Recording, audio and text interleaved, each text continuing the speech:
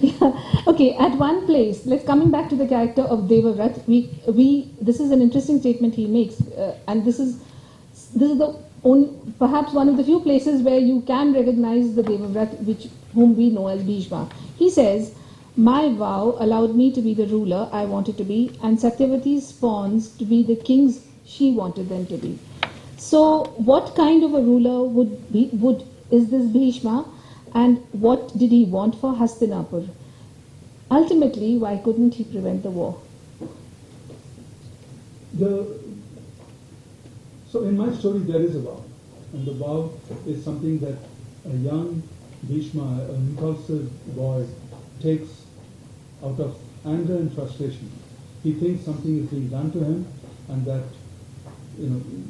both his father and Satyavati are in collusion. No, I moved it. So he gets very angry and he says, "Okay, you can have you want your children to be king after you. You can have it. So I'm not going to get married. I'm not going to have children." Okay, he's just a very impulsive boy. But what happens is that as he continues to be one of the most intelligent, most technocratic people, and he knows how to construct dams. That's a piece that comes out of the original Mahabharata, where when Ganga brings him back, he is constructing dams in the Ganga. Okay? By shooting arrows, if you remember that bit. Yeah. It's a little vignette that occurs in the original that sort of hints at what is going on. At least that's what I'm trying to use to do that. So he's a technocrat. Yeah. Okay.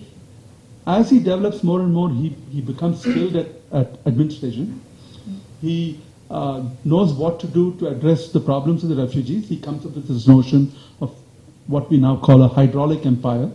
A hydraulic empire is one that is built around waterworks and around making sure that water that is used for irrigation gets to the places it needs to go. So the role of the government is to build canals, is to build lakes, is to build dams, to build irrigation channels. And that's what he decides needs to be done. So he slowly starts building a hydraulic empire around Hastinapur, extending down the Ganga. So, like many technocrats, he doesn't address the human element in his planning.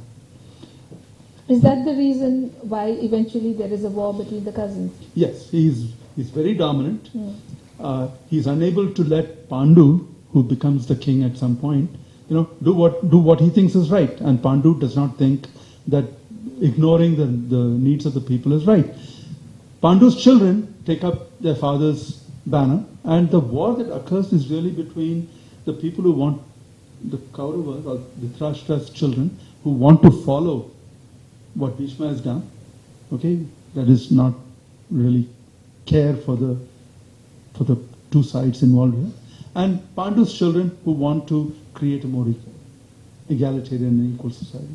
Okay, so that's why he's not able to control it, because he's in fact set up a situation in which the people involved cannot resolve the problem with each other by compromise.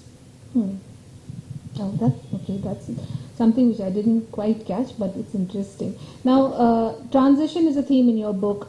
There is always this clash between the old and the new, and it is reflected in the change from cities of the Sindhu Saraswati civilization, what you call Panchnad, and this new Hastinapur which is coming up.